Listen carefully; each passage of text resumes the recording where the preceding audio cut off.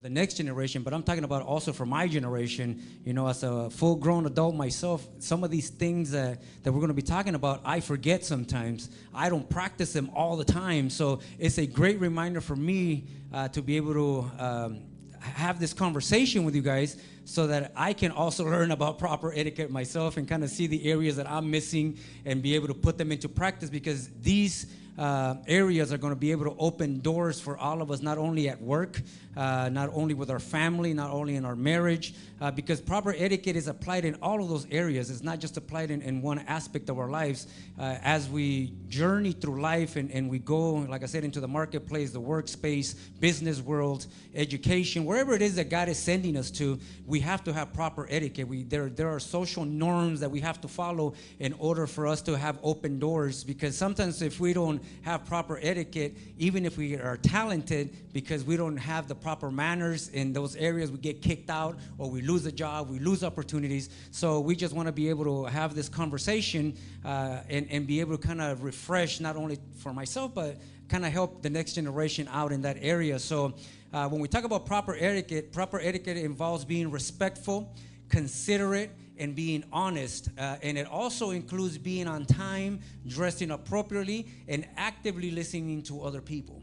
So when I say those things, I think that just starting with the first one, being respectful, I think that we miss a lot when we go into settings and we're not respectful to other people, because sometimes we're always self-centered and everything is about us. Everything is about me, and we never worry about what's really happening in that area. So when we talk about being respectful, it's also acknowledging others' qualities and boundaries. You know, are you respectful about other people's qualities, their abilities, their talents, the things that they bring to the team? You know, if you're part of a work team, what they bring to the family when you're part of a family, what they bring, you know, to church when you're part of a church, because all of these things, like I said, they mesh in every area.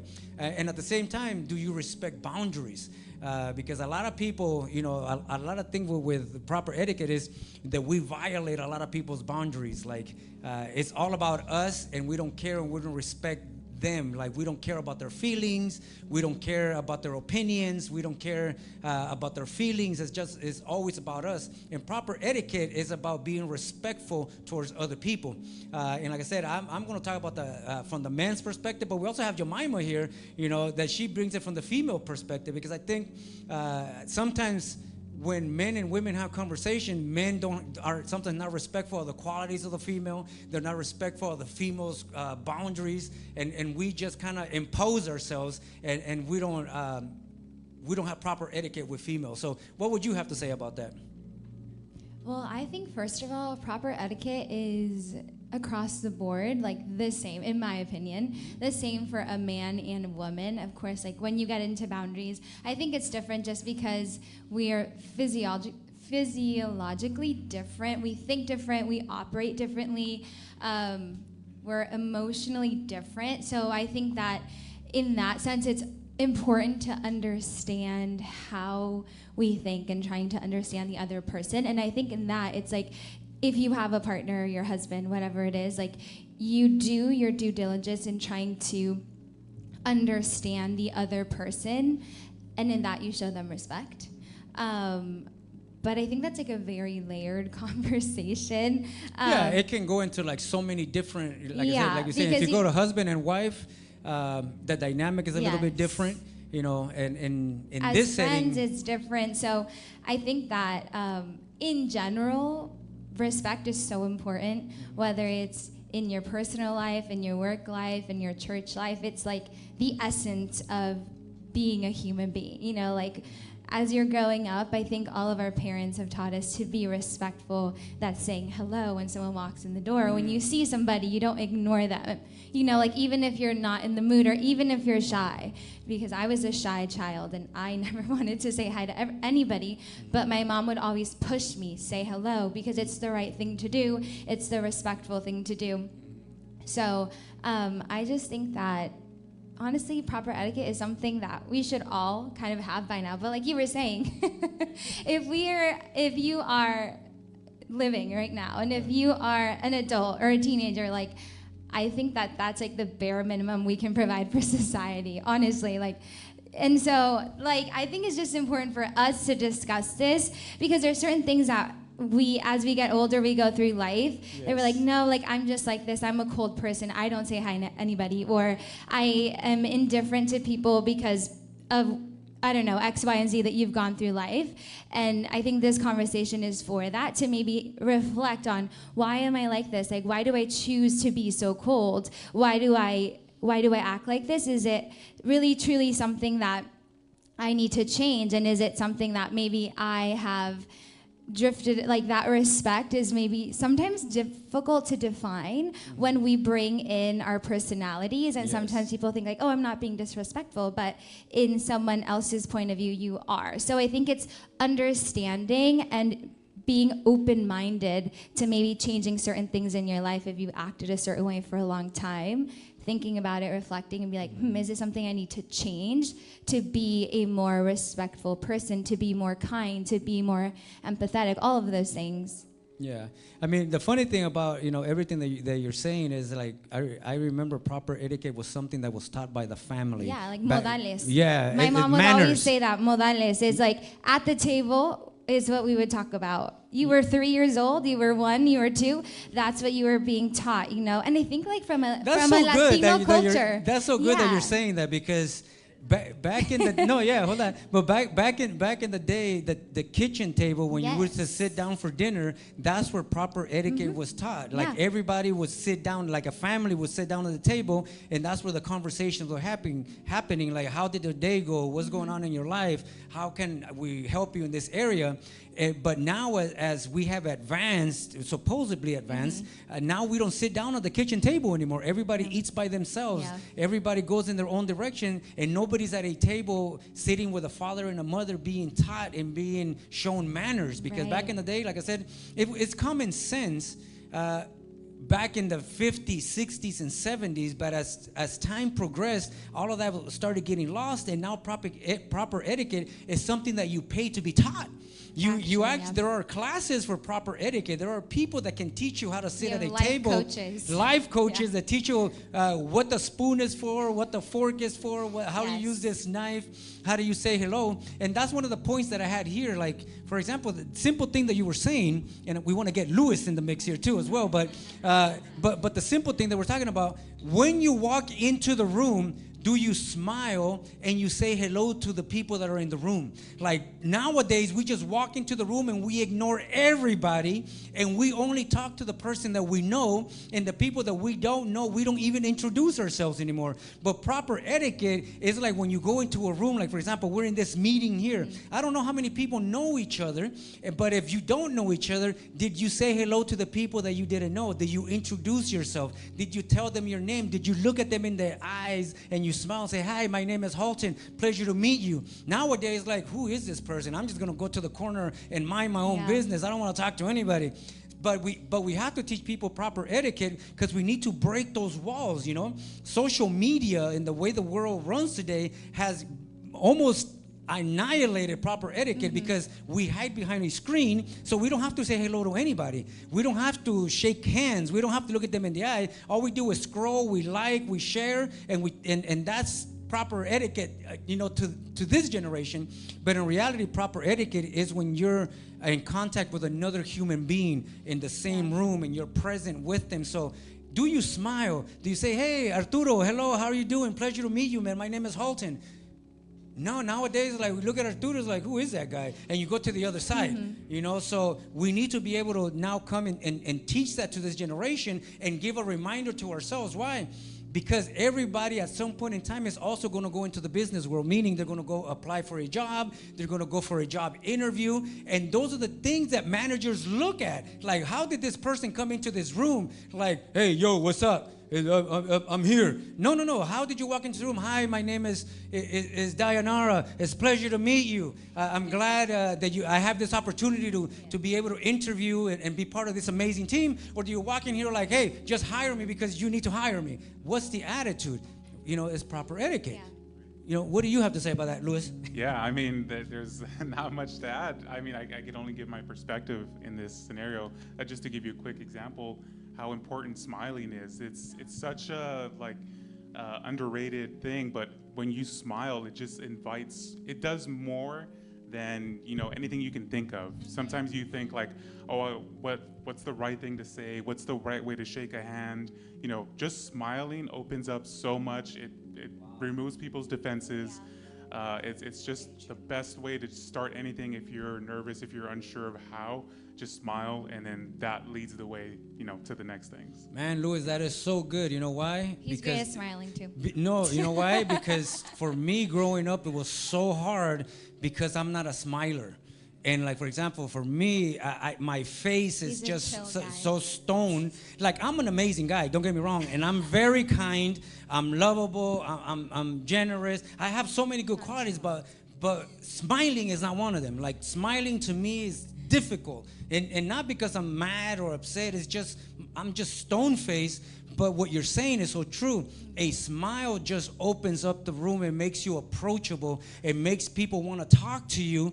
But a lot of people wouldn't talk to me because I just look at them like I'm fine. There's nothing wrong with me. But I don't smile, so people don't want to approach me. And the majority of the time, people think that I'm mad, and I'm not mad. But then I look at somebody like you. You're like a natural smiler.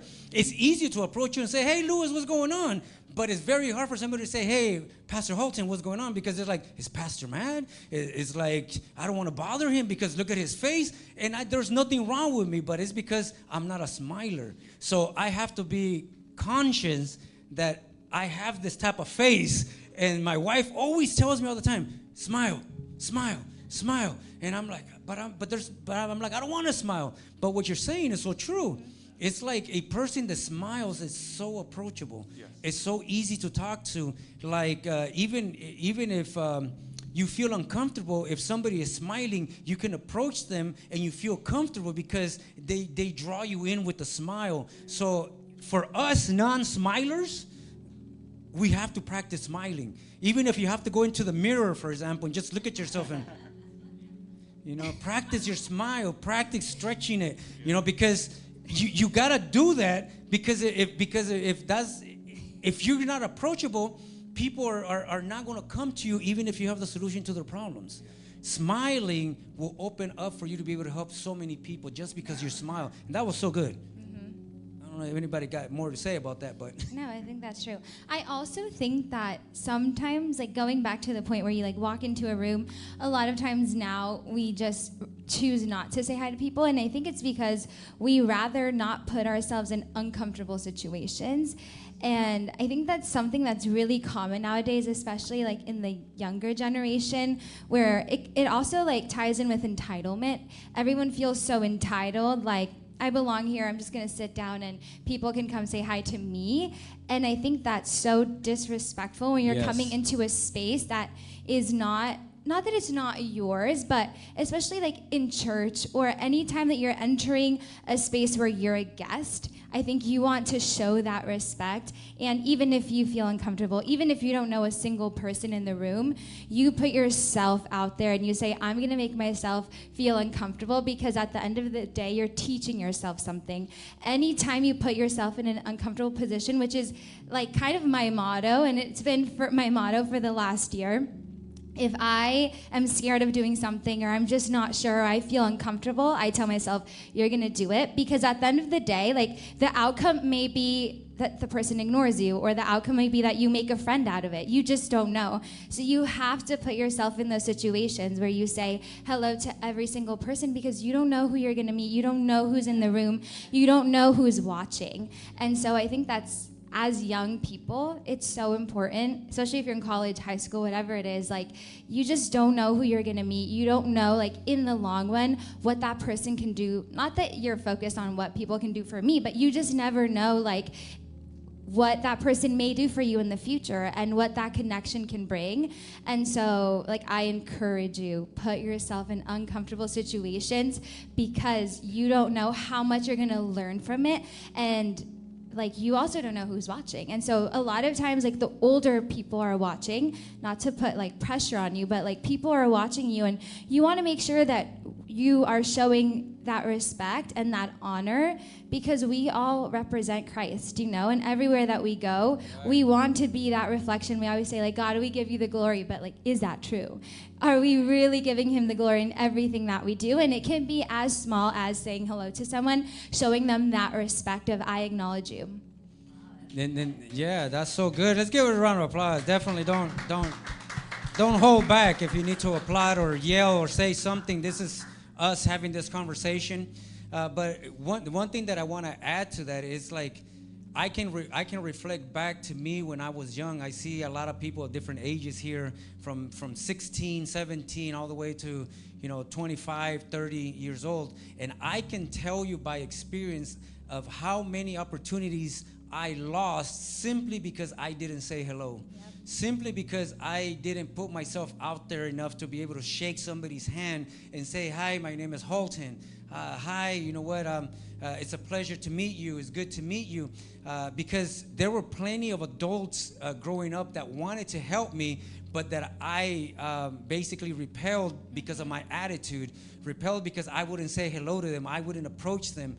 And you guys are in a position where you guys are young enough where adults want to help you guys. They want to help you get to the next level. They want to help get you to the job that you guys want to get to have. They want to promote you to, higher within the company, but you're just not approachable. You're just, you don't, you're not inviting. And like I said, that happened to me when I was growing up where, like I said, I was a nice person. I was caring, but just my facial expressions were just so bad growing up that I was like stone-faced. And like when somebody that I didn't know came into the room, like I said, I would never introduce myself. They would say, who is that guy? Not because they wanted to know who I was, but because I was not behaving appropriately in the setting, meaning not necessarily that I was doing something bad. I was just like I don't care who that person is. It's like I'm going to mind my own business. If they want to know who I am, they can come and ask me. Such a bad attitude, and it closed so many doors for me. So now that we have the church, now that we're here, now that I matured, now that I've grown up, and I'm like, you know what? We got to go back and we have to have these conversations with the young people to kind of help them so that they don't miss those opportunities that I miss, so that they don't miss those opportunities that are going to be afforded to them simply because they're it's not that who they are, but the culture just kind of makes you like kind of be a loner. And in reality, we weren't created to do life alone. We were created to do life in community. We were created to do life as a group. And sometimes we always like to isolate ourselves because we're like, you know what, I work better by myself. I'm like, no, you know what, you don't work better by yourself. You might feel more comfortable by yourself, but you can achieve more working together. If you work by yourself, it's going to take you longer to achieve something. But if you work as a group, you're going to get there faster. But why don't you get there faster? It's simply because you don't smile. You don't introduce yourself. You don't like meeting new people. You don't acknowledge other people's qualities. You don't respect other people's boundaries. And the other thing that I want to touch here is it says when you don't give your full attention to other people. Because in this generation, it's like when somebody's talking to you, hey, how are you doing? Fine. And you walk away. That's your opportunity of the person that took an interest in your life to kind of ask you, hey, there's something going on with you. Maybe they're not even asking you there's something going on. They don't even know what's happening in your life. But that's your opportunity for you to open up and say, hey, look, yes, I'm doing good, but this is going on in my life. And maybe they're carrying the solution to your problem. But since you didn't open up to them, then you missed your opportunity. Like I ask people all the time, how are you doing? I'm not asking them how they're doing. I'm giving them an opportunity to express whatever it is that they're going through so that I can help them if there's anything that I can do to help them. But everybody just says, I'm fine, and they walk away. And I'm like, okay, missed opportunities. And it happens at work. It happens in churches. It happens in the family. Sometimes your mom shows up or your dad shows up, your brother, cousin, uncle, whoever it is in your family. Hey, how are you doing? Good. And you walk away. And you miss an opportunity to interact with your family. You miss an opportunity to interact with somebody that can help you out. So we got to be able to understand that proper etiquette involves being respectful. Respect the other person when they're interested in your life. Because when somebody says, how are you doing, it's because they care enough to ask, how are you doing? So you have to be respectful enough to be able to give them the time and say, hey, you know what? This is what I'm going through. Sometimes it's your friend.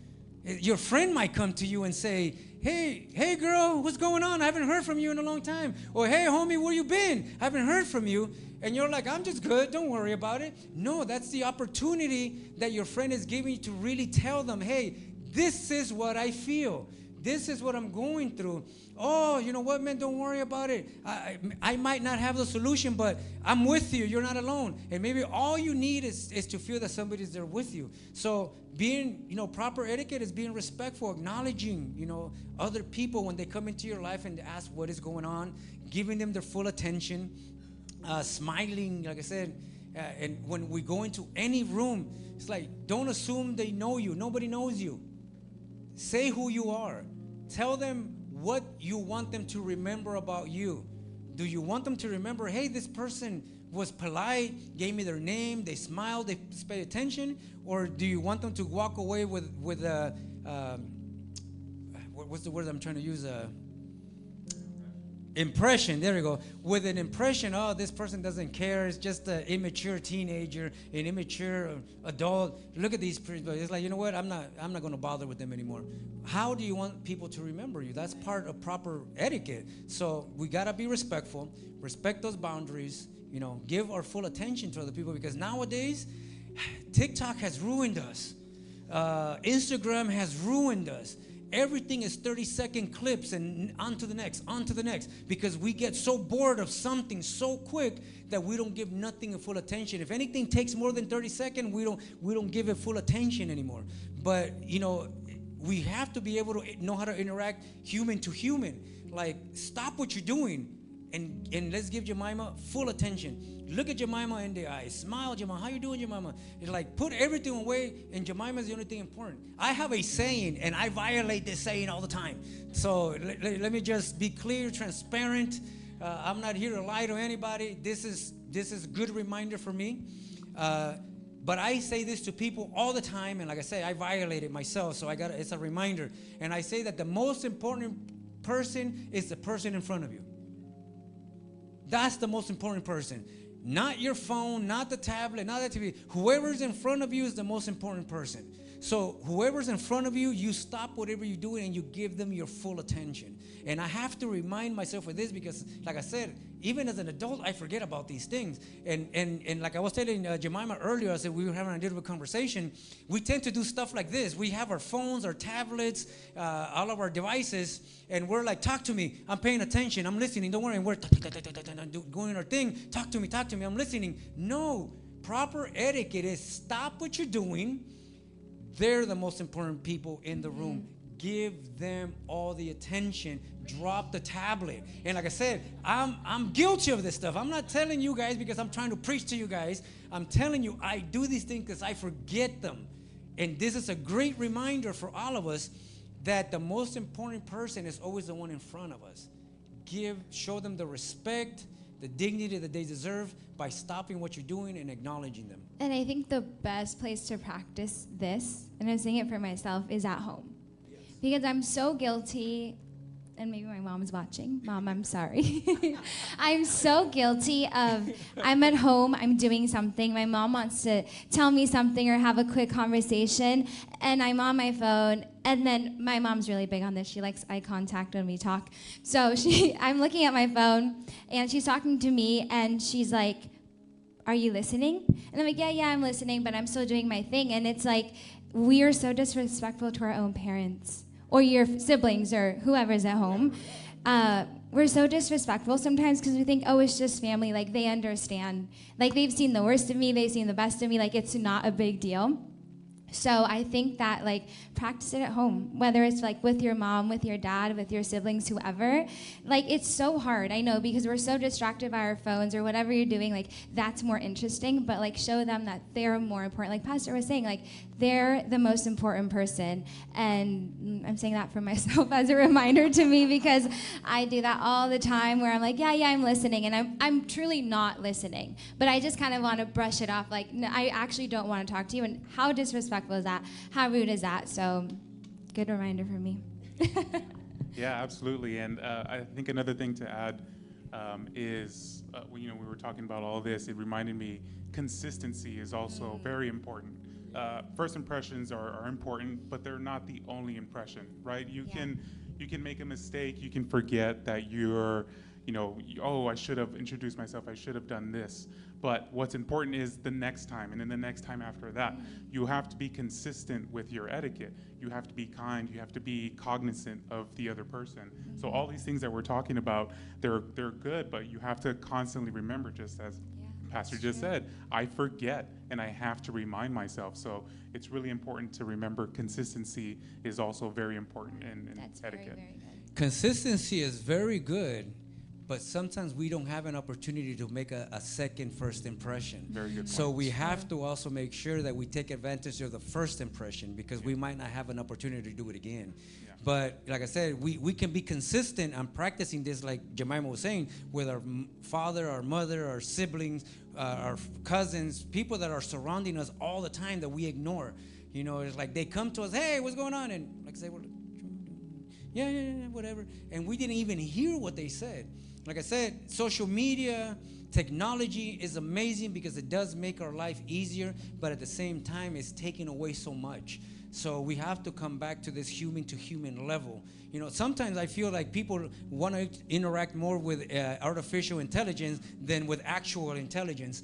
So we have to kind of come back, down to earth and be able to say, hey, this is what matters, but we want to interact with somebody that doesn't really matter, because on social media it doesn't matter. You can always go back to it, but you can maybe not go back to talking to Jemima. You might not go back talking to Luis. Maybe this is the only opportunity you're going to have to talk to them and have that first impression. So yeah, like I said, proper etiquette involves being respectful, the acknowledging all these things.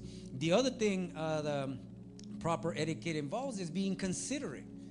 We're not considerate in our generation anymore. Like I said, it's something that's been stripped away slowly through time, where we only care about ourselves, our needs, and about us, and how our needs are met, and we're not considerate about somebody else's feelings, what other people are going through, what other people need, and we miss opportunities of servitude because we want to be served. And in reality, what the Bible really teaches us is that if we want to be great in the kingdom, is how we serve others, not how others serve us. So we have to be considerate about other people and not miss opportunities of servitude, because opportunities of servitude are always around us. But if we're self-centered, always thinking about us, we're always going to be looking about how they can serve us and not how we can serve them. And we miss opportunities to grow and to mature and do stuff like that. Part of these things are, and like I said, these are very important, not only for the church, family, or work, but it's being punctual, for example. So we could talk about being punctual, meaning arriving on time for meetings, appointments, and social gatherings. How are our manners when it comes to that? Because being considerate also means being considerate about other people's time. Meaning time is the most important thing that we have, because time is limited. Meaning we don't have all the time in the world. So when somebody makes time for you, either to invite you to a party, invite you to a gathering, invite you to an interview for a job, that is time that they're setting aside for you. And for you not to make it on time, for you not to basically show up when the meeting is there, that's being disrespectful to somebody else's time. That's being inconsiderate. So proper etiquette is being considerate. What do you guys gonna say? Yeah, if I can jump in with punctuality, that reminded me of mistakes that I've made, especially with interviews. Yes. I've timed them where I know I need to be here at this time, and I timed it too close. So then I'm rushing to find the place. I'm, starting to get sweaty, and then by the time you're there, you forget your etiquette because your mind is just like in a rush. So being punctual is very important, because you have to allow yourself time to get to a place where you can comfortably get there, but then also be in the right mindset where you're cognizant of other people and not worried, because now you're anxious, you're going through all these different emotions, and when you're punctual, you're allowing time for other people to influence you, or just for you to give them their time. It's really important. And it gives you time to prepare. Yes. Like if you're there, like for me, like I said, at the beginning, I used to be very unpunctual. And exactly what you're saying would happen to me. You're rushing, every light turns red, Anything that can go wrong is going to go wrong because you're rushing trying to get to the place. You can't find parking. Once you find parking, you're rushing to get into the building, and you're no longer thinking about what's going to happen there. You're just trying to make it, you know, and everything goes south. So I corrected myself in that area, and now I'm always early. Why? Because I don't want to run. I want to walk into the building. I want to go and sit down. I want to go get to where the secretary's at. Hey, I'm here for my meeting. I'm here for my appointment. I'm here for the interview. And they're like, okay, I'll let Mr. So-and-so know that you're here. I go back into the chairs. I sit down, relax. I'm not sweaty, because the last thing you want to do is go sweaty into a meeting, you know, because it's happened to me in the past. And they see you all like, you're in there like, what's wrong? What's going on with you? Oh, nothing, was rushing to get in here. They're like, no, go in there calm and collected, you know, with a sober mind, sound mind, so that you can know what you're really going to say. It gives you time to go over in your mind while you're sitting down all the points that you want to talk about, all the questions that you might already know they're going to ask you in an interview, and how you're going to answer them so that you can be the best candidate for it, so that they can see that you're fully prepared and that you're considerate. So all of these things happen. You know, you need to have proper etiquette and be punctual, so that it not like I said, this doesn't only apply to job interviews in the business world. It applies to church. It's like when you're serving God is a privilege. It's not a right. It's like you're not doing God a favor by coming to serve. So you gotta be here on time. You know, it just shows proper etiquette towards God, towards the house of God, to who He is as a supreme being, as your Lord, as your Savior, right? And if you can't be considerate to God, how can you be considerate to the pastor? How can you be considerate to the membership? How can you be considerate to anybody else? So being on time shows consideration. It's like a lot of people tell me, why am I going to show up on time? There's nothing to do. No, it just shows consideration.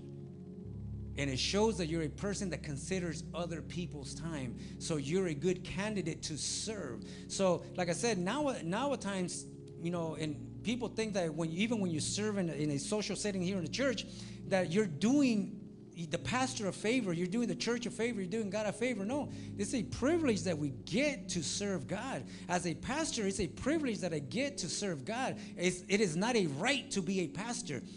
I don't have a right to be up here. I get the privilege to be out here. So I got to be here on time. I got to be able to come here in time to prepare, to set up the tables, to set up the chairs, to see if there's anything else is going on. You have no idea how many times we've been in here.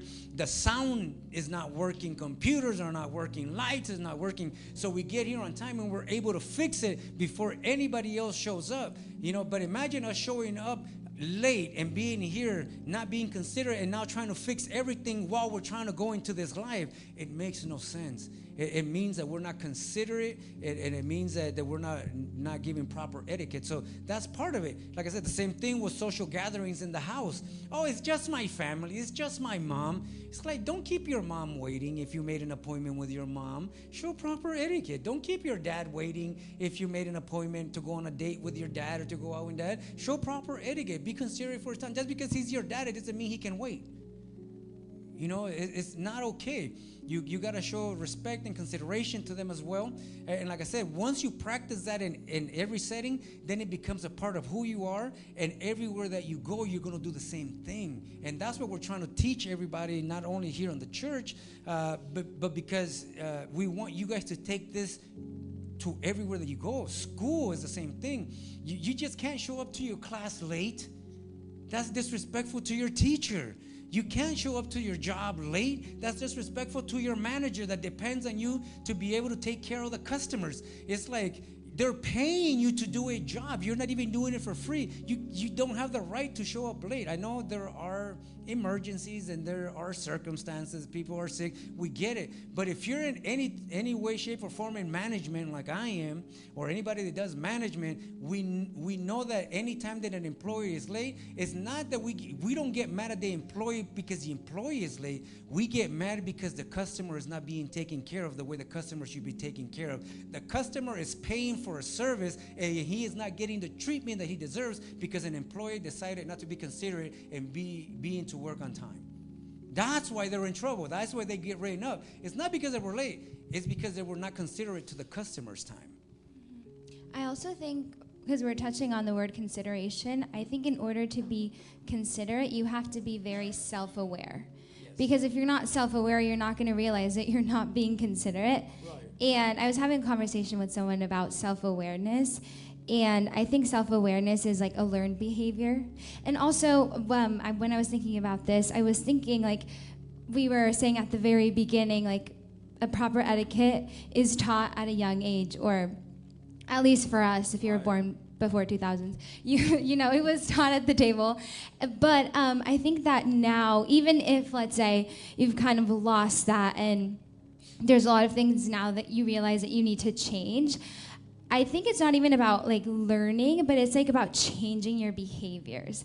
And I think as adults, it's so difficult, but because we establish habits that, you know, maybe from 10 to 18, you've been doing the same thing, you've been rude or whatever, you've been ignoring people, and now it's a habit, and now you don't see it as something bad or disrespectful, and you have to unlearn that behavior. And I think that that's so difficult to do because you have to be so aware of the things you're doing incorrectly. And it's not to tell yourself like, oh, I'm doing all of these things wrong, and to really bring out your flaws, but to be better, you know? And so at the end of the day, we're all striving to be better in everything that we do. Like people say, like, to be your best self. And I think like at the end of the day, if you get to that point, it's only so that you can reflect Christ, right? So if people see you like, wow, this person is so considerate, they're so self-aware, they are thinking about others before they think about themselves. They walk into a room and they don't know anyone, but they're trying to help. You know, like my mom would always say, acomídate. I don't know how you say that in English. Somebody? Sea comedido. Sea comedido, you know, acomídate. Like they need the dishes washed. You do it before anybody tells you. Somebody serves you food, you get up, you pick up everyone's plates, and then you wash the dishes. Like things like that. I mean, I don't even think like people use that. It's a lost art, right? No, yeah. Like I was thinking about it. I remember like I would go to my friend's house. My mom would drop me off. No se te olvide de ser acomedida. It's something that they would always instill, you know? And I think that even that allowed us to be self-aware kids. Because I remember, like, I would always, like, walk into a room, and as a kid, I was always thinking about, like, what should I be doing? What is it that I need to do? And, like, my mom's voice in the back of my head, you know, and like it might have been so annoying, and maybe your mom is like that with you. It might be so annoying, but at the end of the day, they're helping you to be better, you know, because it's so sad when you see an adult walk into a room and they just sit down, plop themselves down on the chair. Like, and you're like, okay, like make yourself guilty useful, sometimes. you know? And it's a reflection of who you are. Like, are you a disciplined person? Do you have good habits? Like, it just says so much about you. And like, you can walk into a room and without saying a single word, you can give a good or bad impression of yourself, you know? And it's not to be like self-centered, but at the same time, you kind of do want to think about what are people thinking about me in a good way, you know, like, am I being respectful? Am I honoring wherever you're going into, whatever space it is, another home, another church, school, your workplace? Because people are constantly watching, and eventually you develop a reputation, which I think proper etiquette then leads to reputations. You know, good reputation, bad. Like good reputation, bad reputation really reflects your character. And so I think that, like, that's really what I wanted to actually say, like, self-awareness. Like, ask yourself, am I self-aware? Am I thinking about other people when I walk into a room, or am I thinking about myself? Am I thinking like, oh, what are people thinking about me? Like, what, this and that. Like, no, you want to walk into a room and think, what is the first thing you're going to do? Say hello, or help out, pick up some trash, pick up whatever. You know, because people are watching, and it's slowly building that reputation, and people are like, oh, wow, this person must have a good character. Oh, I can trust this person. This person is reliable. A lot of things that we don't think about when we're going about our day, but it's so important to be aware of that. Yes. Oh. Go ahead. And also, I want to. Come up on board. Give my wife a round of applause. She wants to say something. Hi, and also I just wanted to add that what she was saying about proper etiquette when you go and visit someone or a family member, or anybody, you know, a party or whatever. I always tell our kids, like, be acomedido. I don't know how you say it in English. Let me Google it. Hold on. Like helpful, you know, Like- helpful, Yep. you know. Yeah, consider it. Consider it. Yeah, consider it. And one of the things that I always tell them, if you want to be invited again and be welcome again, like, leave that a good impression, Yes. you know, because you don't want someone that says, like, you know what, he just came here and said, he didn't say anything. He didn't say even hi. Yeah. Like, he felt like he was like the king of everything, just serve me. It's like, no, every time And you eat the food they give you. Exactly. Exactly. This. Yep. Exactly, and that's one of the things that I would really encourage you guys to work on every time that you go visit someone, or when you go with the family or somewhere else, you know, that especially when they have rules in their house, they tell you, you know what, guys, let's go outside. All the food is outside, the party is outside, and when you are so disrespectful and say, like, no, I just want to be here, that is just so wrong. Yep. You know, that is In so your wrong comfort because zone. you're in somebody else's house, Yeah. you know? And those are, you know, one of the stuff that I've been teaching my kids. Hopefully they do that. But no, they're always welcome in every house that they go. They always talk good things about them. But yes, that's my input. And I can like give testimony to my wife. She tells me that all the time. Be acomedido, be considerate, move, do something. You know, don't just go into somebody else's house and just sit there and don't help out. You know, just move a chair, do something. And what she's saying is very important too, because it's like, for example, we've gone to houses, and the host, meaning the owner of the house, comes and he tells everybody that's inside, hey, let's go outside. They're telling you something. They're not asking you, but they're being considerate, they're being polite, they're being very soft, and what they're trying to tell you, like, hey, get out of the house and go outside so that you can mingle with everybody else. And then people come say, no, I'm cool here, I'm watching TV, I'm playing video games. I'm like, bro, you're not in your house. You listen to what the owner of the house, the host, is saying, and if the host is saying, we want everybody outside, then everybody be outside. It's proper etiquette. You know, it's when they're cleaning up, everybody help clean up. Don't just, don't just watch everybody clean up and you're just sitting down doing nothing. Do something. Don't just watch. And what Jemima was saying, which we'll get later on, but I want to mention it just in case we run out of time, is proper etiquette is also eating the food that they serve you. Because people are so what's the word? I don't even know what word to use with this. Picky? I don't know if it's picky. Yeah, you can be picky, but that's disrespectful. You can be picky when you're paying for it. You can be picky when you're buying it. You can be picky when you're doing your own thing. But when you're being invited somewhere else, you don't have the choice to be picky. You can only eat what they're serving. So if somebody is serving you and they're giving you something that you don't like, the polite thing to do is to eat it. You don't get to say, this, I don't eat that, and then you give them back the plate. Or at least so try it's so dishonorable, so disrespectful to the host of the house. And that's what my wife, I don't know if you said it or my wife said it right now. That's why you're not getting invited again. Yep. Because they're like, they remember that you disrespected them in their house. Because you're disrespecting the fact that they worked so hard. They put thought, love. They went to the grocery store. They took 5 hours to cook whatever it was. Then they thought about how am I going to plate or whatever. And just for you to make a face. And I always think about it, like if it was like your grandma, like I would like cry. You know what I mean? Like it's like you have to think about all of that before you're like, I'm just gonna make a face. Yeah. Because they're gonna remember that face and be like that, and it is like kind of like a disrespect to all of the love and the attention that they're giving their guests, just for someone to just say, I don't want it, not important to me. At minimum, I would say, don't disrespect them in their face. Like they're serving you and you make that face, I don't like that food, I don't eat that. At least walk away with the food, pretend that you like it, and say thank you for your food. Yes. And then you can go back and talk to whoever and say, hey, you know what, I don't want this, do you want it? and don't do it in front of them. At minimum, I would say don't even do it. But if you're gonna do it, at least don't do it in their face. That's so disrespectful. Yeah, and if I can just jump in on another point that I want to make sure that we didn't miss this mindset, as Jemima was saying, is really important. And one quick trick that I heard, a while back that I've used, for the last couple of years is when you think of something, a place you have to be, maybe you're invited, a job, maybe something that you don't want to do, you feel you're being forced. The simple change of going from I have to go somewhere is from changing it from I have to I get to.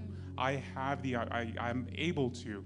So changing your mind, that simple trick of feeling like I'm burdened, right? When you say I have to, you're saying you're being burdened with something. And that's disrespectful.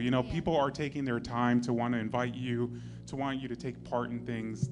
But when you realize that these are opportunities given to you, you start to think, I get this chance. I get to talk to my mom because, one day I won't be around her so much, and I get this opportunity. I don't have to talk to her, but I get to. So when you think of it that way, you appreciate people more, you're more present, you're more loving to people. And again, those are the things that they start to see from you. It's nothing you say, it's the way you carry yourself, the way you think first, starts with your thoughts, and then your actions will reflect how you're seeing the situation. So again, it's just really important to be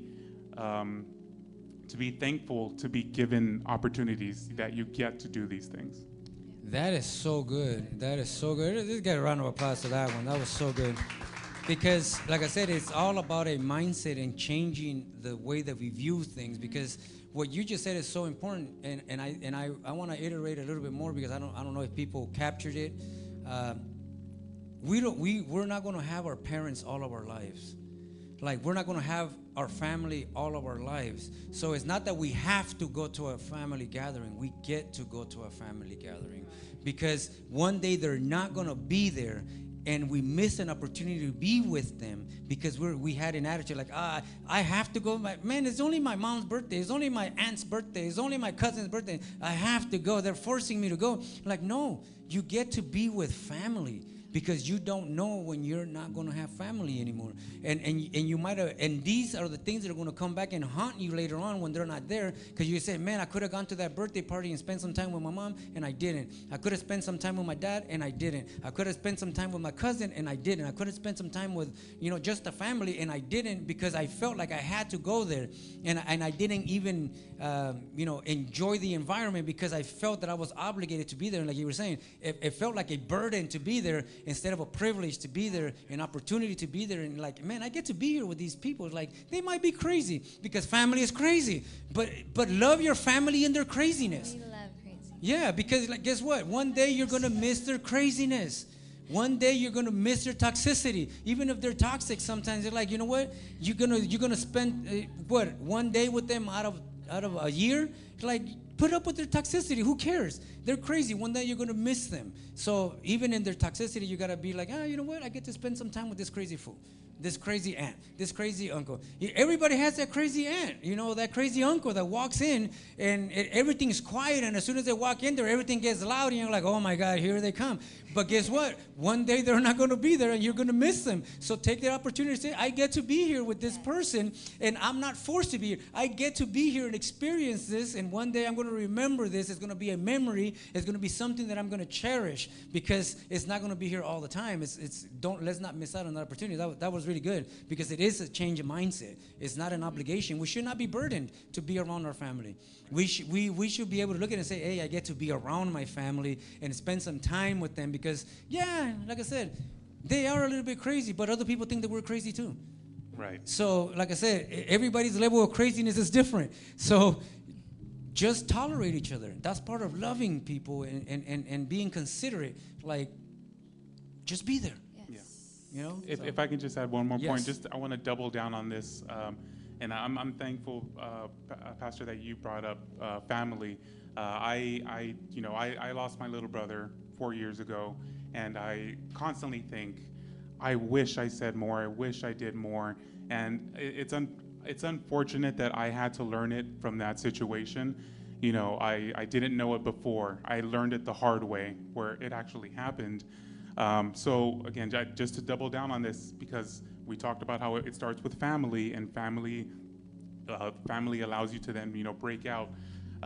There's something somebody had talked about online, that they were saying that you can count the number of weeks someone has in their life, and you can see, like, you can kind of gauge how old they're going to get. Life expectancy. Thank you. So when you put it in weeks, and you think like, oh, for example, say my mom, she's at a certain age, she's only going to live to this many age, so I only have this many weeks. So when you actually put it down in numbers, you think when the week passes, you're like, there's now less and less weeks. There's now less and less time. Like, when you put it down in an actual number, you say you only have 25 weeks, and you think, wait, that doesn't sound like a lot. Why does it feel like, oh, I have time, I don't need a call? Like, no, you don't have time. You really don't. It is so important to be present, to take it, to be thankful of what you have, and just participate. That's really what it is. When we're bringing the example of you go into a room and you just sit, you're not participating in life. And it's such a gift to be able to be uncomfortable. All these feelings are gifts. They're not something that we should avoid. There's something that we should, like Jemima said, just go for it. And then they bring these other opportunities. It just makes life so much better. You start to see what God has for you. Like, all of his, like, he doesn't tell you to do things so you can wait for things to happen. He tells you these things so you can then live it out. And then through you're able to fulfill his will, find purpose, so many other things. I'll just leave it at that. That is so good. It is so good. And like I said, I'll go back and triple down on this one, because like I said, I think we have to hit this one home. I know that many people, some people know, other people don't know. My brother was in the hospital for the last 3 weeks. He was on life support. Thank God he's out of life support. He went home from the hospital today. So he called me, and he's finally home. Yeah, glory to God. But what you're saying is so true. Because like I said, I spend almost every day at the hospital just looking at him in a condition and saying, I might not get another opportunity to spend with him. I might not have another opportunity to talk to him. I might not have another opportunity just to be able to enjoy brotherly love. He's my only brother that I have. So if I lose him, then I'm by myself. So it just brings this awareness, like, hey, there are differences in family, but differences don't matter, because we have a limited amount of time with everybody. We might say, oh, he was in the hospital, but guess what? I can be driving and somebody can crash into me and I can die instantly, and I'm healthy. So nobody knows what the life expectancy is. When you look at somebody, we look at somebody, oh, they're 18 years old, they have 60 more years to live, but we don't know that. Right. Because we don't know life expectancy of anybody, so we shouldn't take anything for granted. Every opportunity that we get to spend with family, that we get to spend with co-workers, that we get to spend with family in churches, is something that we should cherish, because we don't know when is the last time we're going to see them, and we take it for granted, always thinking, oh, we're going to see them next week, oh, we're going to be with them again next week. What if next week does never get there, and you didn't take the time to do these things that we're talking about?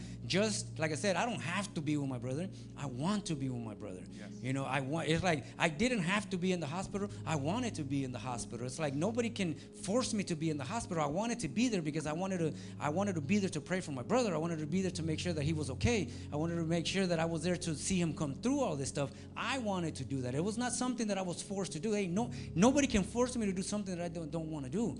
But I never saw it like, oh, he's in the hospital, I have to go to the hospital. I have to be there with him. Yeah. Oh man, if I don't go, what are they gonna say? That was never my mindset. My mindset is like, man, my brother is there. He's my only brother. I gotta go, and I have to be there. And if this is the only time left that I got with him, I want to be there with my brother. And like I said, for people that have never lost a loved one, they have no, or that have never seen a loved one in that condition, they don't understand how much limited life is, how limited, how much limited time we have. So we have to take advantage of all the moments that we have, because it's a privilege, it is to be able to have our parents. And it's like, even if you go spend time with your mom and you don't say nothing, you're just there just watching your mom. Maybe you don't have to have a deep conversation with her. But just the fact that you get to be able to go to her house and see her, that there is so much value into that. There is so much, there's so much thing that can bring warmth to your heart, simply because you're able to do that. Because how many people can't go home and see their mom? How many people can't, even if they wanted to, because they're no longer here and they missed opportunities? But guess what? God is so good that he gives us opportunities with other people. He puts husbands and wives and other family members, other friends that become family, because, that you have an opportunity to I get to see my friend today. Do you value the fact that you get to see your friend today? Yeah. Do you value the time that you get to spend together and have that conversation? Because guess what? You might not see them because you don't know. Life is not fair. Even though we want life to be fair, life is not fair. And life does things to us that we don't expect. So instead of waiting for those moments to say, oh, I wish I had one more moment to be with you, and you missed 20 moments to be with them, no. Every moment is an opportunity to be able to enjoy that. Life is to be enjoyed and to be able to take advantage of every opportunity that you're given. So, proper etiquette is also about seeing these opportunities. Don't take them for granted. You're not going to have them all the time. So take advantage of it. That was so good. That was so good.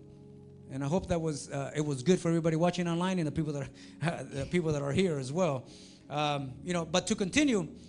Also, proper etiquette, we're talking about being respectful, being considerate. It also is about being honest. Oh, man.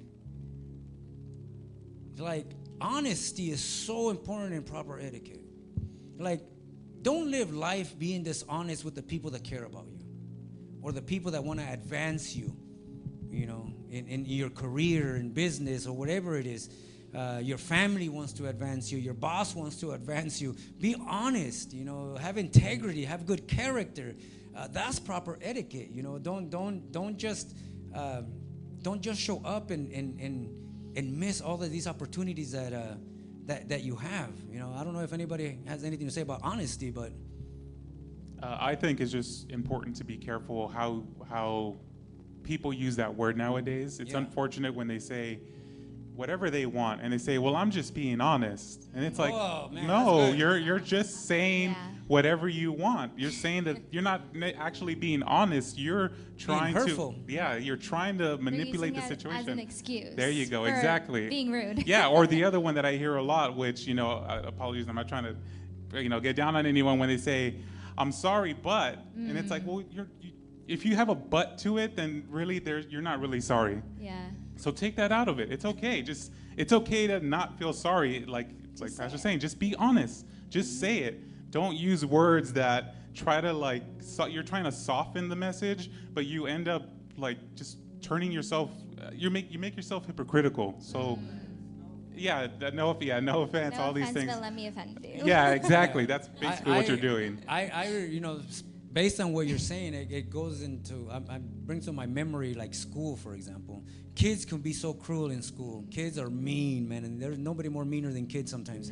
Yeah. So we need to teach them proper manners, because I remember back in school there was a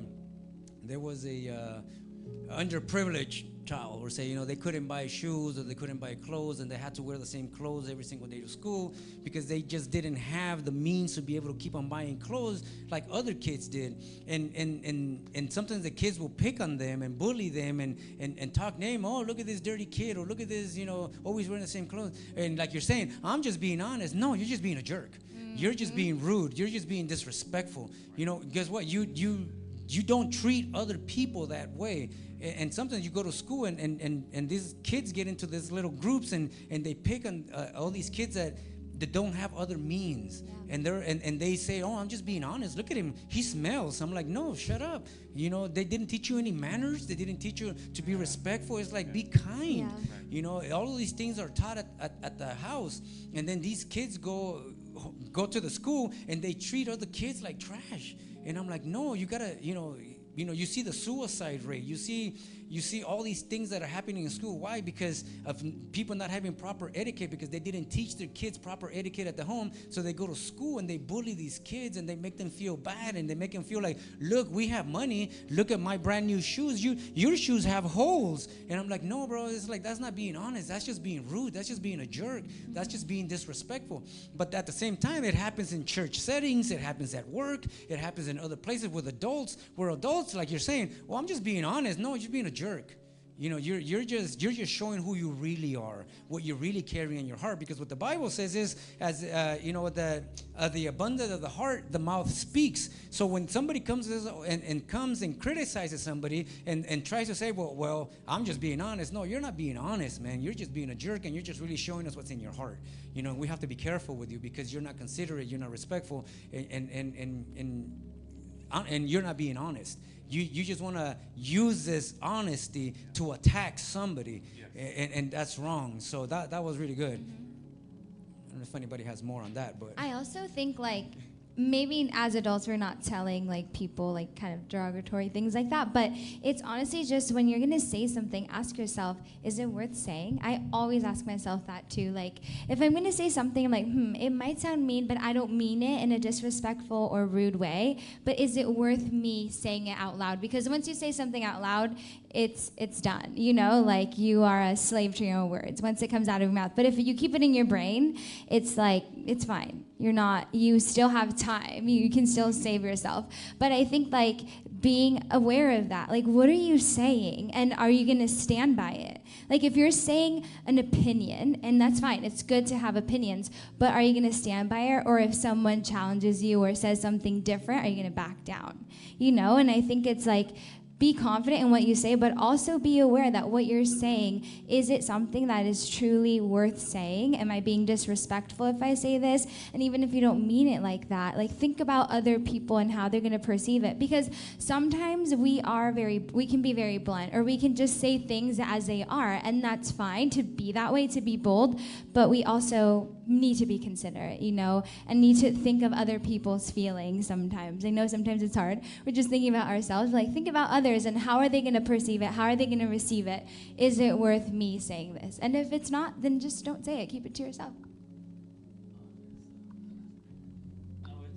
I was just going to tag along to that. Then something that I've had to learn and probably still have to remind myself too is that proper etiquette is also like not speaking in certain situations, whether it's a positive opinion or a negative opinion. Certain times we're not meant to speak. We're just meant to listen. We're just meant to be in the room and observe and soak it in.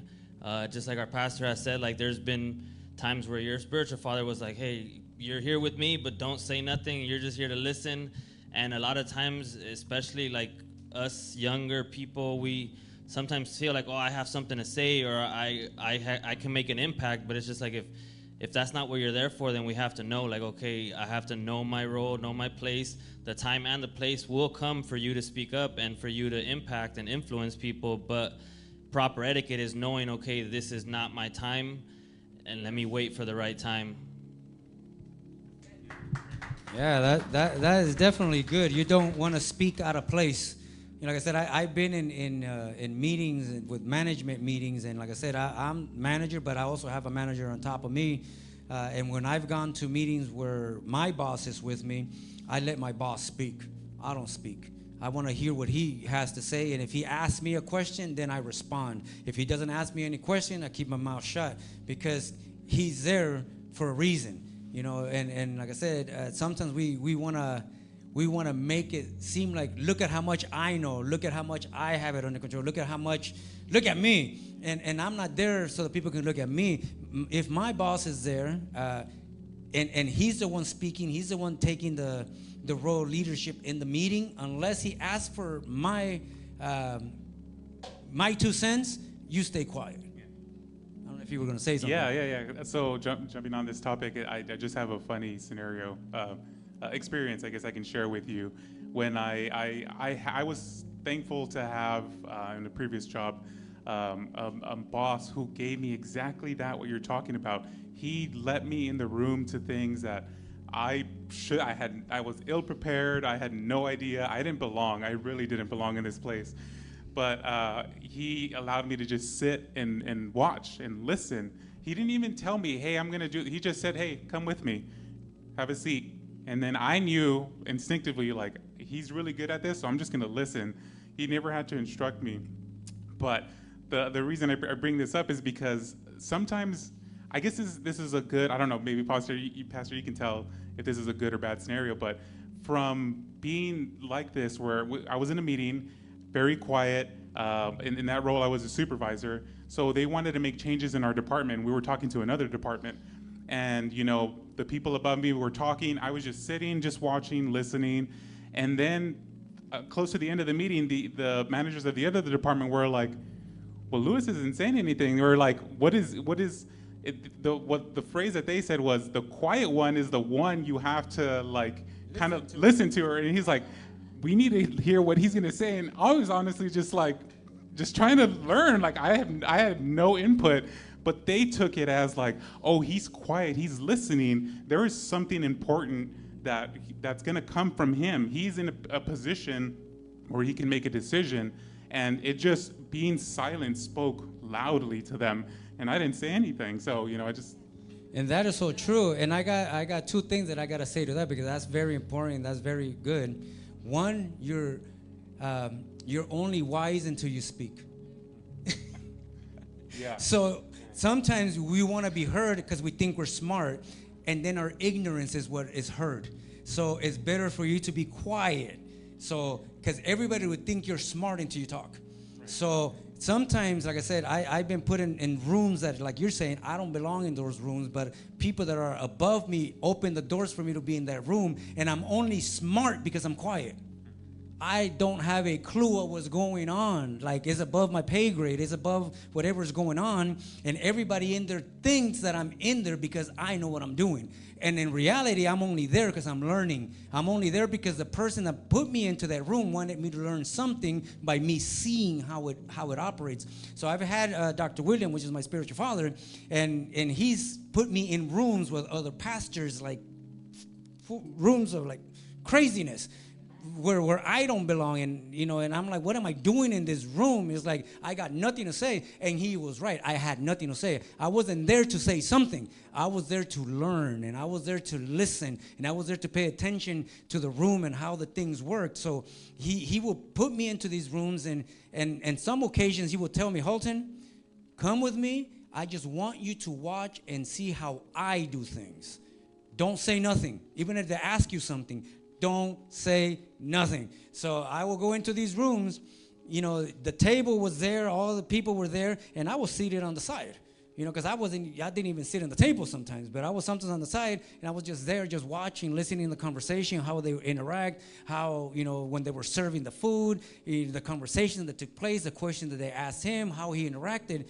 And then at the end, when everything was over, when we were in private, he would come to me and say, what did you learn? What did you see? And he wanted to see if I captured it or I didn't capture it, to see if I was ready to be in a room by myself without him. Yeah. So when people put you in rooms that you don't belong in, shut up. That's proper etiquette. Don't say anything unless they ask you a direct question. And even when they ask you a direct question, look at the person that brought you in the room to see if he wants you to say anything.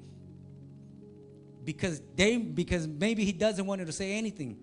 He just wants you to observe. Yeah. But we want to go in there like, well, I'm in the room, I must be important, I must have something to say. Yeah. Like, no, you're just there to learn. You're just there to see how people behave. You're just there to see how meetings are basically conducted.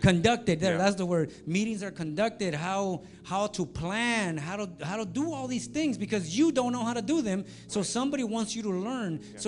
So be humble, be teachable, and that's part of a proper etiquette is having a teachable heart. Because people always think they have something to give, and you don't have nothing to give until somebody tells you have something to give. I learned that the hard way. Let me tell you, because like I said, we all have something. We all come full of potential. We all come full of wisdom. God has always given all of us something, but it should only come out at the right time, at the fullness of time. That's what I say, because when the fullness of the time is there is when you're prepared to be able to represent God correctly, when you're able to represent the company correctly, when you're able to represent,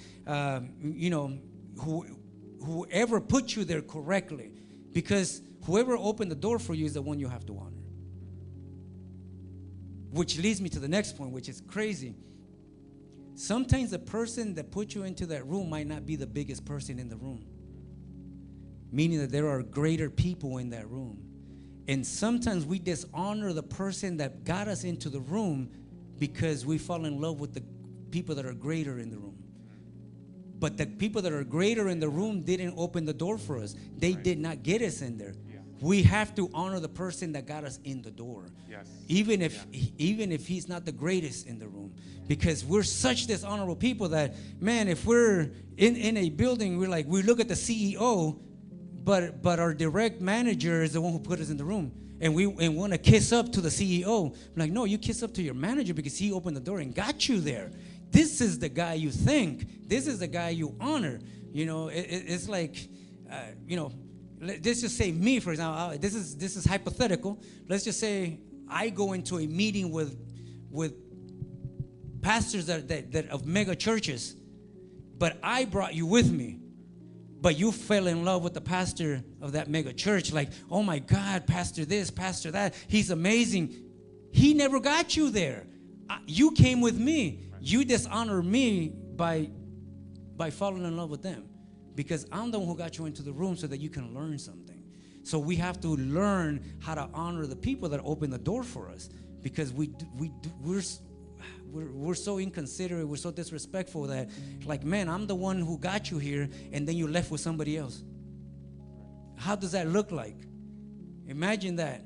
I got you there and you left with somebody else. You don't qualify. You're no good. You're a disrespectful person. You're a dangerous person, because you're going to do that to that person as well.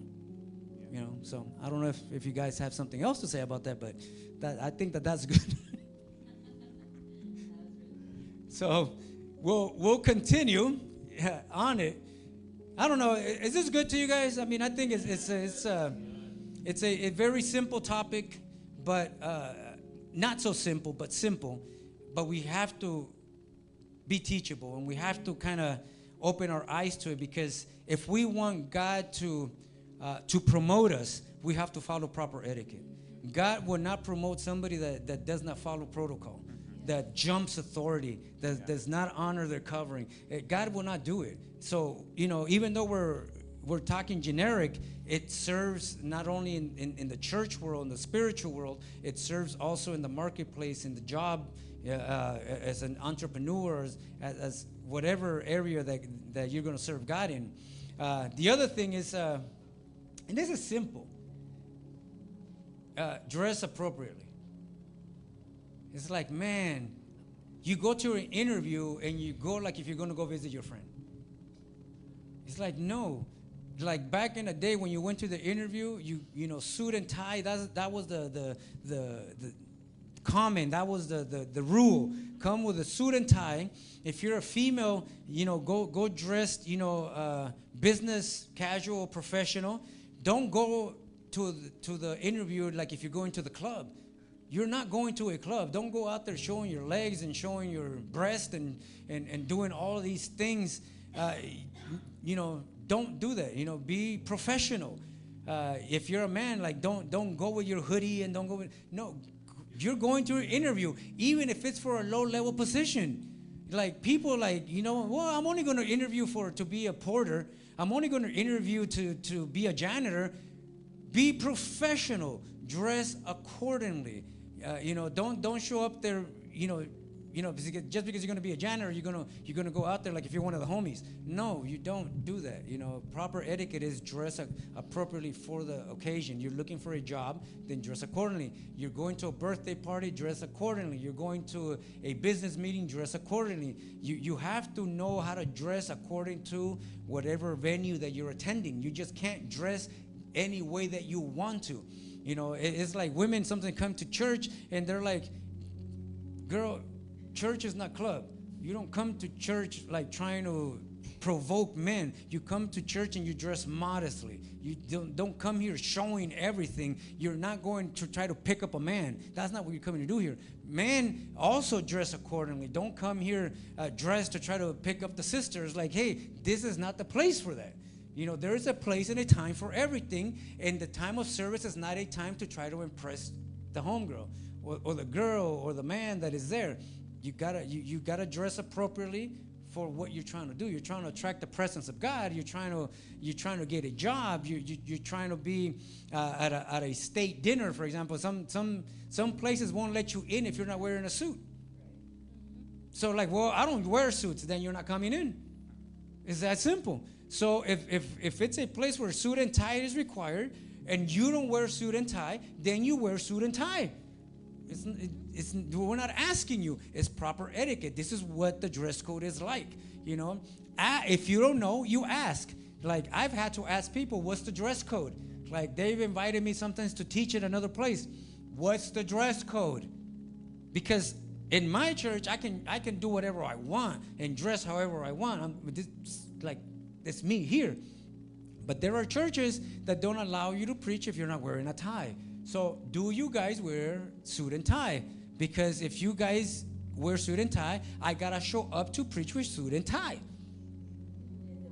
Or else they won't listen to you. They won't pay attention to your message. So ask, what's the dress code? What's the occasion? What are we doing? They're inviting you to a gala. How do you dress for a gala? You're not going to show up with your jeans, your ripped jeans and your tennis shoes. No, you wear clothing appropriate of a gala. You know, it's like you got to go in there. You don't want to spend your $300 for the dress. You don't want to spend your $500 for the suit. Then don't go to the gala, but don't show up underdressed. Like a great example is Esther in the Bible. Yes. Because she literally asked, was he the king's eunuch? The eunuch. She asked him, what does a king like? Because she wasn't thinking about herself. She was thinking about why she was there. And I think like sometimes we have to say like, this is what I like and this is what I want. Yes. And not even just in dress code, you know, and other things like these are my plans, this is what I want, but God, what is it that you want? You know? And so like asking, like being open to getting that response, even if you don't like it. Like like Esther did. She asked, what is it that the king wants? You know, being receptive and open, like even if I don't like the answer, I'm still going to do it. Because she did it out of obedience, you know, and she did it because there was a purpose for why she was chosen to be the queen. But I think like that's such a great example where she put her own desires aside and she said, what is it that the king wants? I love her. Yeah, if I can just add one thing to this topic. That was a really good example, Joanne. Yeah. So there was something that I was saying that I had heard. I shared it with a friend. I'm sure she's watching. She's probably gonna laugh. But it was a video. They had asked someone. He was in a suit, and then they told him like, "Oh, are you gonna go on a date? What are you doing?"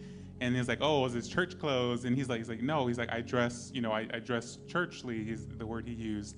And what he told them was, the way that I dress is the way that I will be addressed. Oh, yeah. Ooh, and I was that's like, good. mind just Writing blown. that I was down. like, wow, what an Yeah. amazing way to say Say that. it again.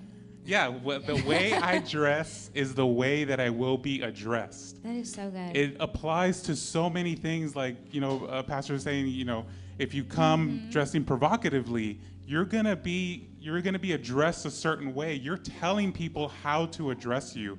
That's why the proper etiquette in how you dress is so important, because again, just like the smile, there's these things that you do that tell people about you, that initiate the conversation before words are even spoken.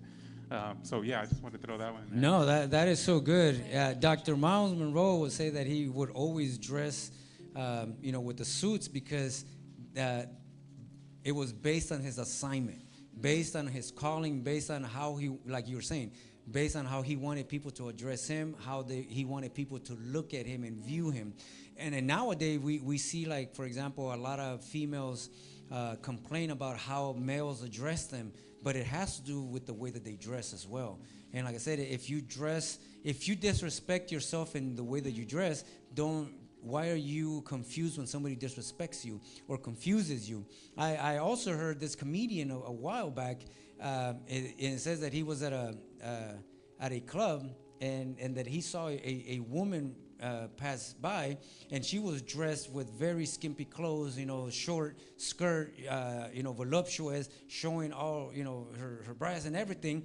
And then he made a comment, and then the girl said that she turned around and says, why are you treating me like a prostitute, or do you think that I'm a prostitute? She responded to some thing like that, and then he says like, I'm sorry, I confused the uniform. Because it's like you're dressed in a certain way where you gave the vibe that it was okay for me to talk to you this way, or for me to approach you in this way. It's like saying when somebody, it was, the same comedian gave the same response, and he's like, for Halloween there was a person that dressed himself as a police officer. And then there was a robbery that came place, and he was dressed like a cop. So they ran to him and they said, help us because we're being robbed. And he's like, but I'm not a cop. And they're like, then why are you dressed like one? He's like, it says Halloween, but I'm not a cop. So you got to be careful how you dress, because how you dress will determine the response that you get, will determine, the way that you're being addressed. And you might confuse people simply by that, because a lot of people always fight like, well, God doesn't see the clothes, he sees the heart. I'm like, well, the clothes is confusing people.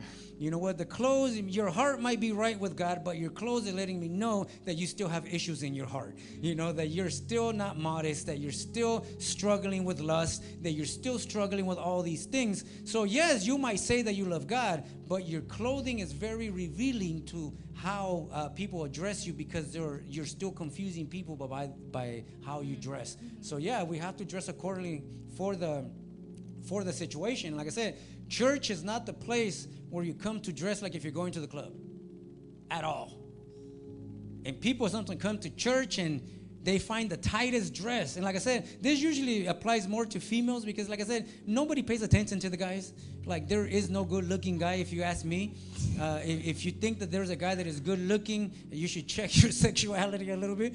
But I look at all the guys and I'm like, I don't come and I look at Arturo and I think he's cute. Like, I just don't think that. He's like, handsome. Well, you're a female. Louis, do you think Arturo is handsome? You don't care. No, you don't really care. Right, I don't look at Louis and I look at Louis like, oh man, Louis look good today. Like, as men, we don't worry about that stuff. But if men are looking at other men and have those questions, I question them, because I'm like, why are you looking at another guy and looking like, oh man, I look at your chest, bro. It's like, why are you looking at my chest? It's like look at your arms.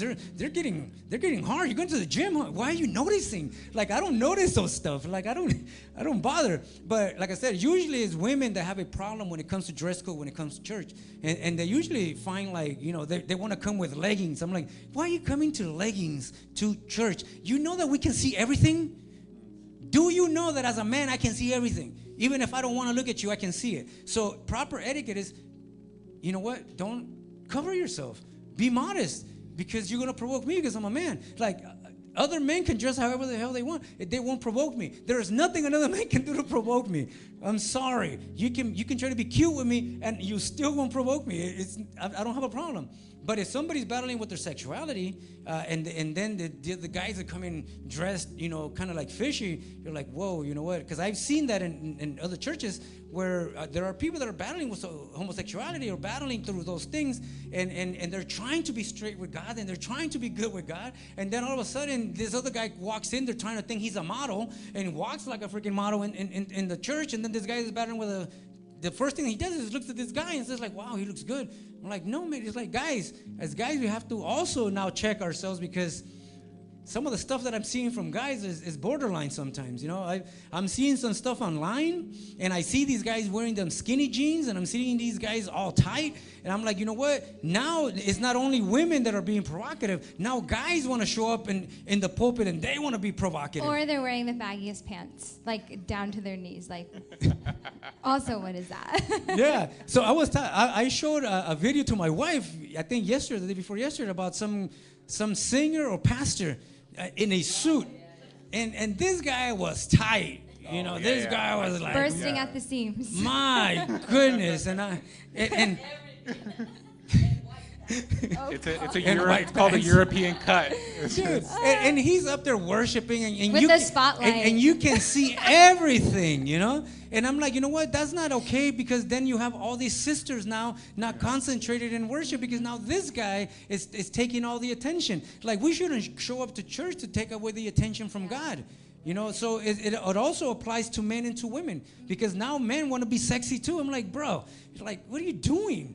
You know, so proper etiquette is like, yeah, you know how to dress accordingly. You don't come to church and you put the tightest, you know, dress pants that you can, so that they can look at every body part that you had, and pretend that you're worshiping God, and you don't even stay at the pulpit. You're just moving. Watch me.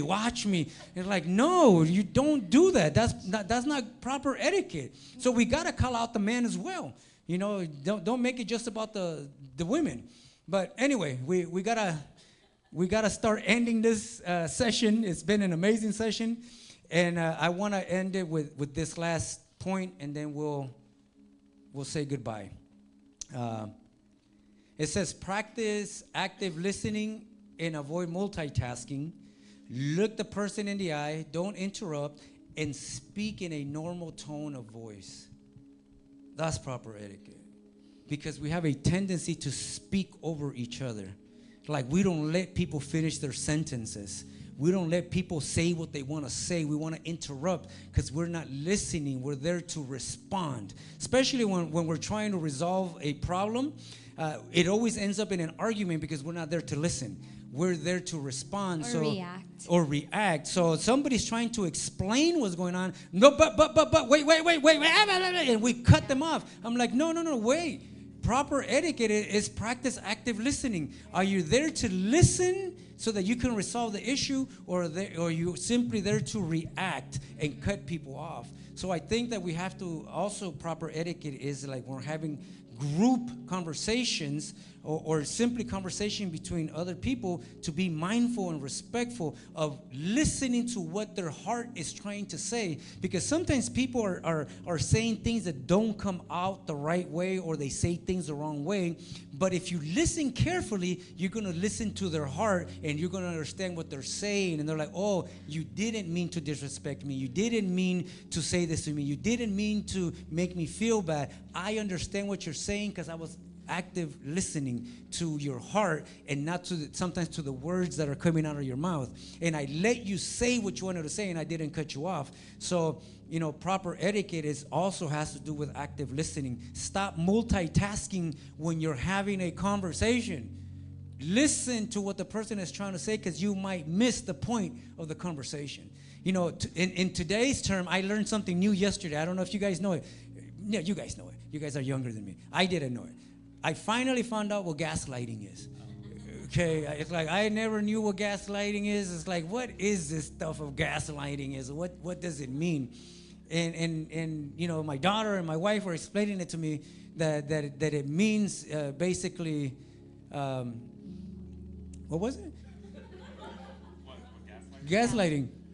It's the way I interpret it, the way I've seen it used, is you're intentionally. It's kind of like you're lying, or you're manipulating something. It's manipulation. Okay. To get a rise out of someone, to get your point across. But there's just so many levels to it. I don't know if I'm explaining this right, but it's like, You know that what he's saying is true, but yeah.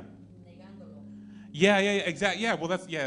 So you're just trying to get around the point. This is the way that it Can was I read explained to me. the definition? Go This ahead. is Yeah, good. go ahead. Yeah. Gaslighting is a psychological manipulation technique that involves convincing someone that their reality is untrue. It's a form of emotional abuse. Wow. Yeah, so it's one So, of those. Okay. I'm sorry. The way that they were also explaining that is when somebody said something, and then the other person got offended because of what they said, and then the other person comes back and says, but I didn't mean it that way. You didn't understand. But he did say it that way, but now he's trying to change it because the other person got offended. Or they did something and like, oh, what you saw didn't happen. It wasn't like that. But you saw it happening, and you know that it was this way, but now the other person is trying to convince you that what you saw wasn't what you saw. Mm-hmm. It's contradicting the truth. So gaslighting. So that's we need to have proper etiquette so that we don't gaslight people, because sometimes we did say what we said, and now we're trying to convince them that we didn't say what we said. Yeah, and I think that's sometimes the reason that gaslighting happens is because of insecurities. Yes. What you said, you're insecure, or you're insecure of how what someone said made you feel insecure. So then you're just trying to change the reality of what was said. You're trying to manipulate it to make yourself feel like, oh, this isn't real. You're trying to push away the reality of how you're feeling and cope with like a lie, whatever it is. You make the other person feel crazy. Yeah.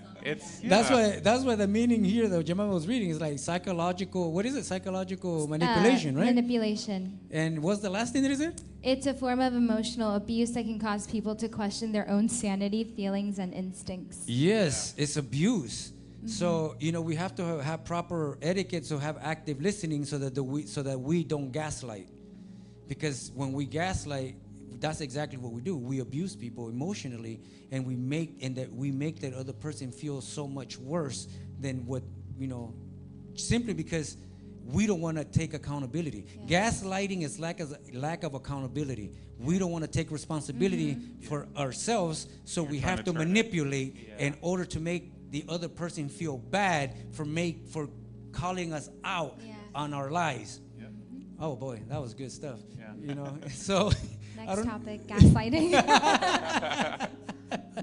Yeah. Who wants to talk about gaslighting next? Nobody. We're all skilled at that at a certain level. Yeah. We all are. We can't deny. It's a defense mechanism. It is. It's a defense mechanism, and that's why we have to practice active listening, so that we don't have to gaslight, so that we don't have to manipulate, and we don't have to emotionally abuse other people. And to end it, this is very simple. And like I said, when you're invited to a place, for example, meaning a company dinner, a state dinner, a place where you normally weren't qualified to be in, thank the host. Don't just leave. Like, don't go into your company meeting and walk away without saying bye. Say goodbye to your manager, to whoever invited you. Thank you for inviting me. It was a pleasure to be here, even if it was not pleasurable. Tell them thank you for inviting you and for allowing you to be there. Thank your host enthusiastically when you say your goodbyes. And this is important.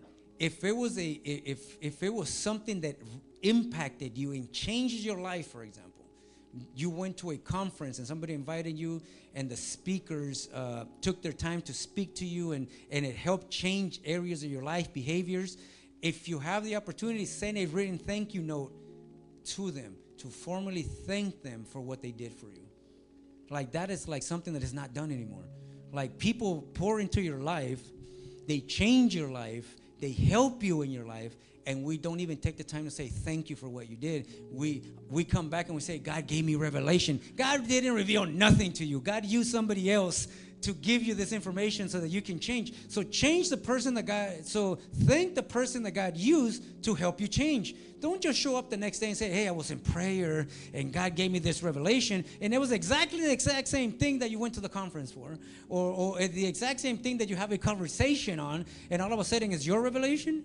So many dishonorable people when you do that. So if somebody really impacted your life, take the time. Write a thank you note and just give it to them, or send it to them, mail it to them, send them a DM and just say, hey, thank you, because your words or whatever really changed me, really helped me in this area. I feel honored, whatever. Just acknowledge them, because I think that's a lost form. You have no idea how many open doors you're going to get when you acknowledge people in that manner. People will think about you when the next promotion is available. They will think about you. I'm telling you, as a manager, I think, I'm not only a pastor, just for the people that are curious, but I'm also a manager. I also manage. I think of the people that are grateful when I think about the people that I want to promote next. I think about the people that are grateful when somebody when there's layoffs or things that people that they want to cut, I'm like, I want to keep this person. This is a grateful person. Leave them alone. Let's get rid of the other ones, but this one you don't touch. You create an impression. So say thank you. Thank you goes a long way. It's like the smile. Like the smile goes a long way. Thank you goes a long way. Because you come here and like it might look insignificant, but you have no idea how much time and preparation it went into being up here, you know, and be able to like, hey, you know what? I don't know how many people are going to show up. I don't know how many people are going to watch us online, but let's get prepared to give 100% of ourselves to be able to give something meaningful to whoever wants to take it. People don't understand how draining it is to public speak. Yet we do it, and we put ourselves in an uncomfortable position because we want to help you. We don't do it because we want to be popular. We don't do it because we think we're the smartest or the best. We do it simply because we want to help. So if anything that Lewis said, if anything that Jemima said, anything that I said, thank you goes a long way to encourage us to continue doing it. So that we don't go home and say, oh man, we didn't give nothing, and like, man, I don't even know if we should do this again. I don't know about this stuff because like it doesn't look like anybody's receiving.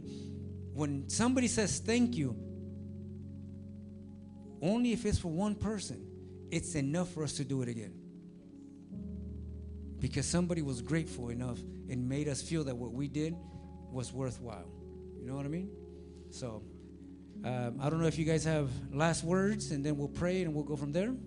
Just one little add-on to this. I won't take too much time. When someone, I think it's important, this is something I struggled with, to say thank you when someone is complimenting you. What they're doing is they're telling you how valuable you are in that moment, in that thing. And for you to say thank you for that, I used to always say like, oh no, it was this and that, and I just try to push it along and like, oh no, it's like, no, accept the thank you. They're giving you a gift. They're saying you are valuable. Thank you. And you have to accept and say, thank you for seeing my value. Your value exists regardless if someone thanks you or not. But when someone is actively trying to display it, show appreciation that they're seeing it in you. Last words? That's such a good thing, because I think sometimes we're like, oh, if I don't say thank you, I'm being humble. And I think it's kind of the opposite. When you're like, oh no, like it's like, no, say thank you, accept it. Yes. Because when people usually compliment you, it's coming from a good place, like a genuine place, and we want to accept that. I really don't have anything else to say for everybody that's here. I really hope that you guys took something from this, and even people online, even if it was small, if it was big. My biggest thing for you is do things that make you uncomfortable, whether that's saying hi to someone, whether that's smiling. You might not be a smiler. Challenge yourself. You walk into a room, smile to one person, because you don't know what that smile can mean for someone. You don't know if someone's having a bad day. You don't know if someone's going through something really difficult, and that smile can really make someone's day, can change their day. So, I just encourage you to continue on. And thank you, Pastor, for allowing us to speak and to share our heart. No, thank you guys. And I just wanted to add, accept the thank you. Don't practice fake humbleness. Oh, all glory to God, all glory to Jesus, and I had nothing to do with this. Like, no, that's fake humbleness. Yes. Don't practice that. Yes. That's so fake. It's so unauthentic. Mm-hmm. Receive, like you're saying, when somebody says thank you, their thank you doesn't validate your value or any of the stuff, because you're valuable even if they don't thank you. But when they acknowledge that and they come to you and they say thank you for what you're doing to me, it's so important for you to receive it so that you can be able to give back more. Mm-hmm. That thank you kind of is it's energy for us. It fills you up a little bit so that we can be able to come back and give more of ourselves and pour out more to us. And just to finish, I just wanted to take this time to thank you, Jemima. Thank you, Louis. You guys came here short notice. But like I said, part of what we do in this house is is to be able to make people uncomfortable, to be able to extract the value that they carry. We believe this wholeheartedly. I believe this wholeheartedly. We believe that this is a house that we're preparing a platform for the next generation. And if we're going to do that, we got to provide a place where they can practice, and they can have a safe place where they can come and pour out of what they're carrying, because that's what you guys are carrying. What you guys did here tonight is so good for the youth, for the next generation, and for countless of people that are going to watch after this session is over, and you're going to be able to help them in ways that you have no idea. So thank you for being here, for being courageous, and just putting yourself in a position where you could just pour out of what I already see. I already know you guys are carrying it. I already know you have it. And now to have you guys here just pouring out, to me, it's just amazing. It's just like I'm working myself out of a position. So just prepare yourself, keep on going. And I know that everything that you guys are carrying eventually is going to mature to the point where you guys are going to be feeding thousands, if not millions of people, because we have technology nowadays that can reach so many people. And people might not want to listen to me, but they will listen to you. And what we want is to create a place where we can talk to people that can listen to the people that they identify with. And there are people that Jemima can identify with that I will never identify with. So we need Jemima up here. There are people that identify with you that would never identify with me. So we need you up here. So we need people that have courage and that don't have, even though you have fears, but are courageous enough to be able to overcome them and be here. So I thank you. I honor you guys. I appreciate you guys. So thank you guys for joining me tonight. To the King, we're going to see you guys next time. We'll let you know what our next topic is. We have like a whole list of stuff. I know that the youth, one of the biggest topics for youth is always relationships or singleness. So we're debating if that's what we're going to talk about next, or we talk about finances, because we also want to help you guys out with finances. Debt is something that affects almost every young person, because everybody gets into debt and then doesn't know how to get out of it, and they can't do what they want to do in life, because now they're paying this credit card and doing all this stuff to try to get out of debt. They're getting their FICO score back up to try to rent a place, and they can't because their FICO score is low. So we'll let you know, in the coming weeks what our next topic is. But what happened? So, but follow House 633. If this was good to you guys, please follow House 633 and all of our social media platforms. We're on Instagram, on TikTok, on YouTube, Facebook, on all of them. We need all of the help we can get to grow those pages, because we want to reach as many young people as we can. So until next time, to the King, we'll see you next time.